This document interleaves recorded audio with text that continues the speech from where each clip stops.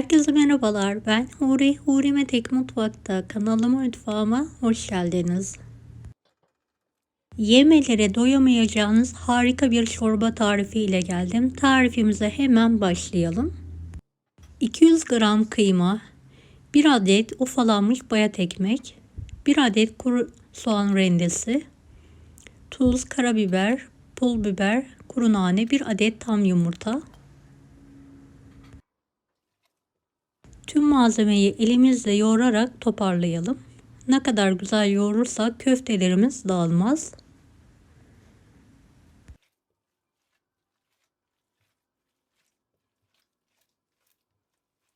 Videomu izlerken buraya kadar geldiyseniz yorum kısmına herhangi bir emoji bırakırsanız bana destek olmak için sevinirim.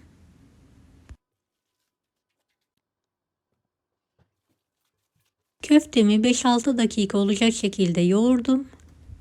Küçük parçalar kopartarak elimle yuvarlayarak miskeç şekli veriyorum.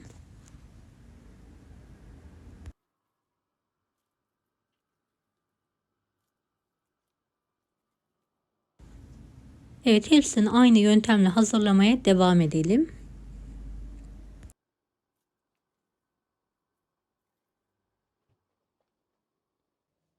Köftenin yarısını hazırlayarak buzluğa kaldırdım. Yarısını da çorba için kullanıyorum. Kaynayan sıcak suya 1 su bardağı dolusu erişte ekleyelim ve haşlamaya bırakalım.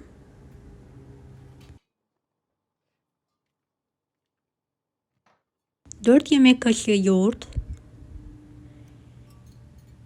2 yemek kaşığı un, 1 adet tam yumurta, yeteri kadar su ilavesi yaparak pürüzsüz bir terbiye hazırlayalım.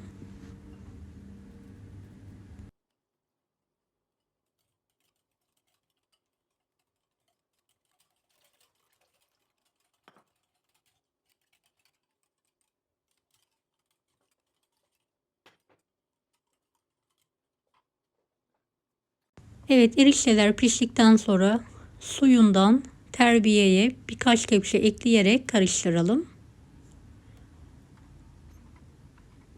Terbiyeye çorbaya süzerek ekleyelim. Yavaş bir şekilde eklemeye dikkat edelim.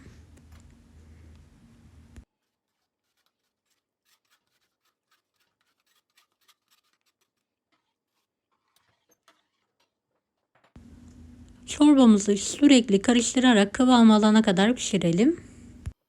Kıvam alınca üzerine bir kase haşlanmış nohut ekleyelim ve pişirme işlemine devam edelim. Küçük bir tavaya sıvı yağ alalım ve ısındıktan sonra köfteleri içine atarak kızartmayı bırakalım.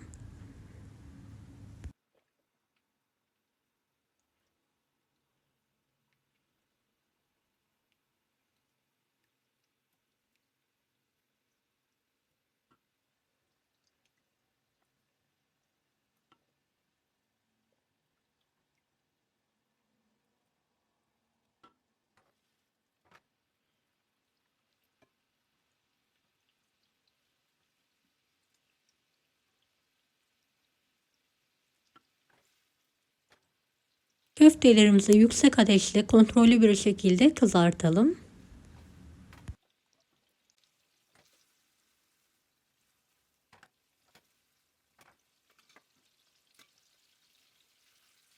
Ara sıra bir spatula yardımıyla dağıtmadan karıştıralım.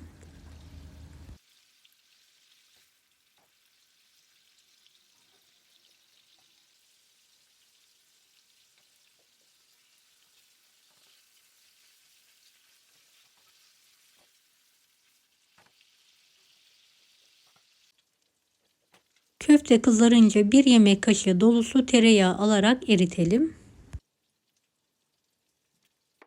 Kaynayan çorbaya 1,5 tatlı kaşığı tuz ilavesi yapalım ve köpüğü dağılana kadar pişirelim.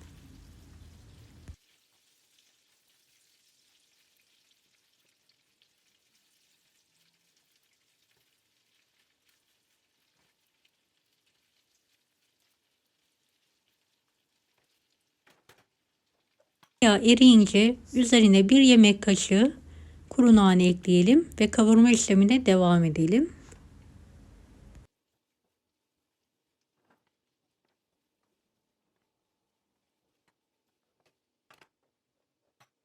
Kıvamı alan çorbamıza kızarttığımız köfteli harcı dökelim.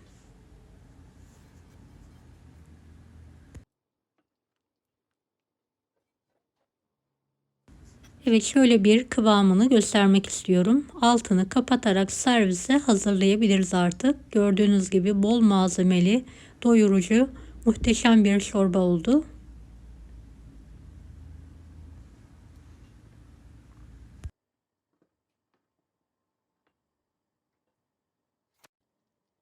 Deneyecek olanlara şimdiden kolaylıklar dilerim. Kanalıma ücretsiz abone olmayı unutmayın.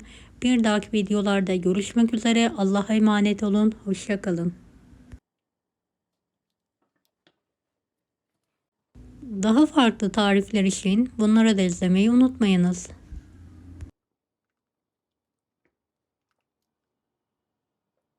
Kolay gelsin herkese.